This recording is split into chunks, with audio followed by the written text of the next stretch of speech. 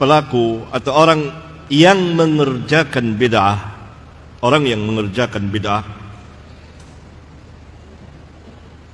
belum tentu dia sebagai ahli bid'ah. Mengapa? Jawabannya adalah ada kalanya seseorang melakukan sesuatu bid'ah padahal dia belum mengetahuinya, maka dia diberi uzur, tidak dikenakan sanksi, tidak dikenakan dosa, sampai dia mengetahui dengan jelas. Tetapi tetap perbuatannya dikatakan bid'ah, dan amalnya tertolak walaupun dia tidak berdosa. Banyak ayat Al-Quran dan hadis yang menjelaskan orang yang jahil, orang yang tidak tahu diberi uzur sampai tegak hujjah. Di antaranya firman Allah Azza wa Jalla, "Wa ma kunna mu'adzibina hatta nab'atha rasula."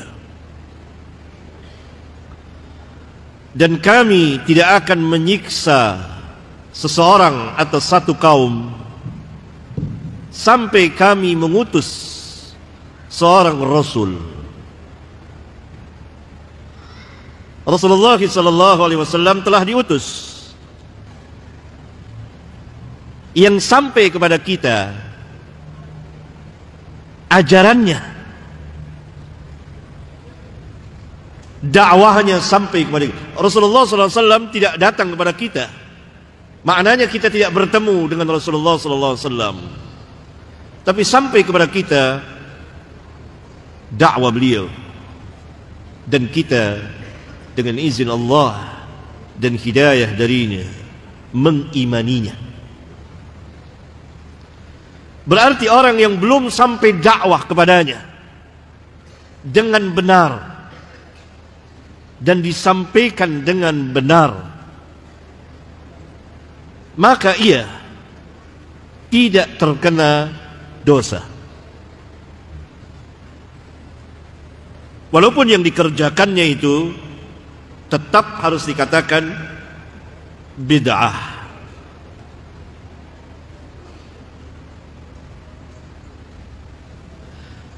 Demikian juga orang yang melakukan kekufuran disebabkan ketidaktahuannya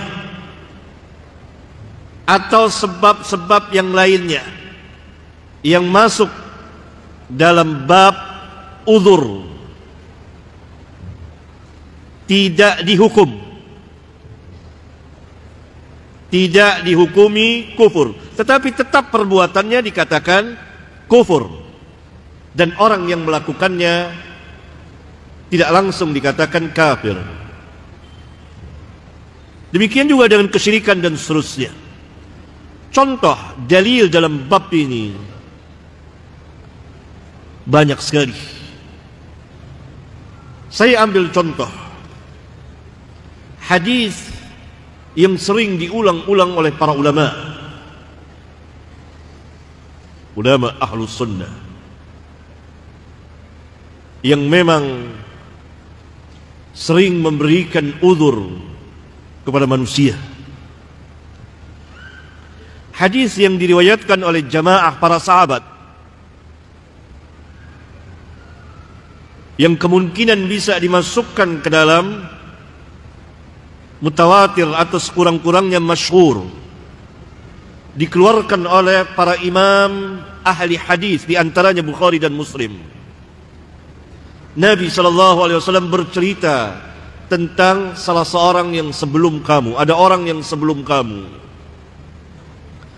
dia melakukan dosa-dosa besar, melampaui batas terhadap dirinya, dan dia tidak melakukan amal atau belum mempersiapkan amal saleh. Ketika dia hampir wafat, Maka dia berpesan kepada anak-anaknya. Sebelumnya dia bertanya, "Bapak macam apa aku ini?" Anak-anaknya semua menjawab, "Engkau adalah bapak yang baik." Kemudian orang itu mengatakan,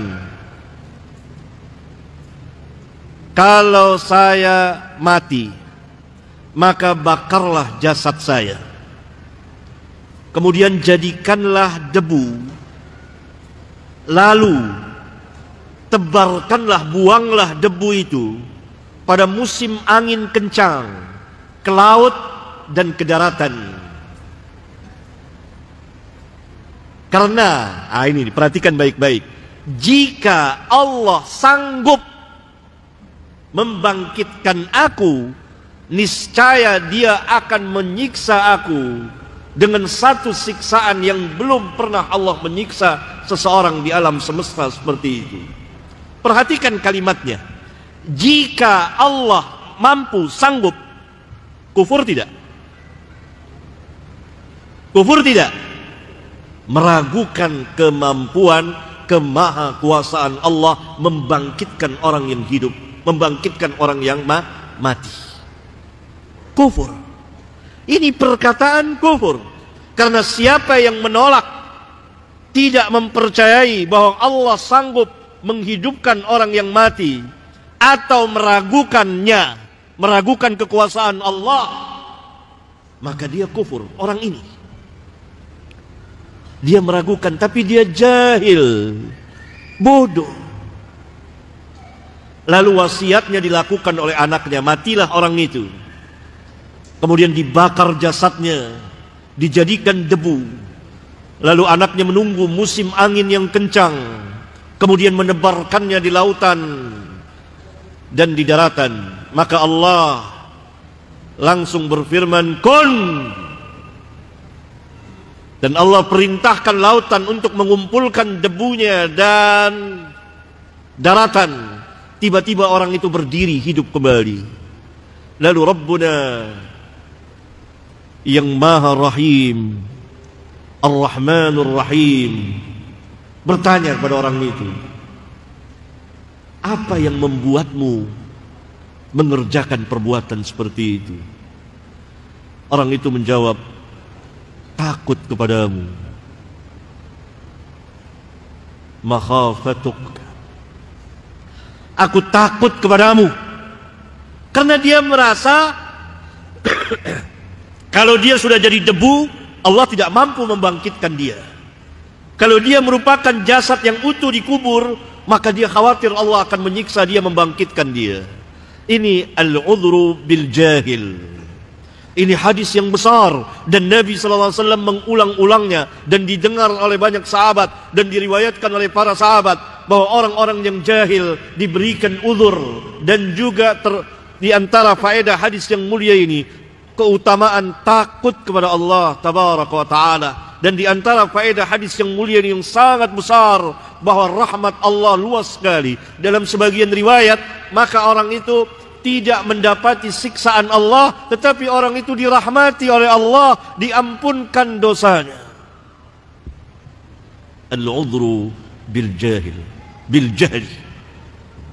Diberikan uzur karena kebodohan. Diberikan uzur kepada orang-orang yang jahil. Nah, saudara-saudara kita yang mengerjakan bid'ah, ketika ia tidak tahu atau belum tahu, maka dia tidak dikenakan dosa. Kalaupun dikenakan dosa dari jurusan yang lain, yaitu menuntut ilmu. Karena Islam tidak membiarkan, tidak membolehkan seorang itu berada di dalam kejahilannya. Karena itu Islam mewajibkan menuntut ilmu. Ilmu yang wajib, ilmu yang fardu ain. Talabul ilmi faridatun ala kulli muslim. Menuntut ilmu itu fardu atas setiap muslim. Ini hadis dari seluruh jalannya tidak sah, dhaif sanadnya. Tetapi sebagiannya saling menguatkan sebagian yang lain, yang memungkinkan bisa naik menjadi hasan sekurang-kurangnya. Kalau tidak sahih li ghairi atau hasan li ghairihi. Ini bagian pertama. Bagian kedua, nah siapa ahli bid'ah sebenarnya? Ahli bid'ah adalah mereka yang telah tegak hujjah bahwa perbuatan ini bid'ah. Perbuatan ini bid'ah dan jelas hujjah itu yang tidak memungkinkan untuk ditakwil. Kalaupun ditakwil maka takwil yang batil. Dia tetap tidak beranjak dari bid'ahnya, bahkan menimbulkan ta'assub, asabiyah dan kejumutan, maka dia dikatakan mubtadi'. Dan bid'ah tidak berada dalam satu tingkatan, tapi bid'ah bertingkat. Ada bid'ah yang sampai kufur, ada yang di bawahnya, ada yang di bawahnya, tapi setiap bid'ah adalah dosa dan haram. Barangkali itu.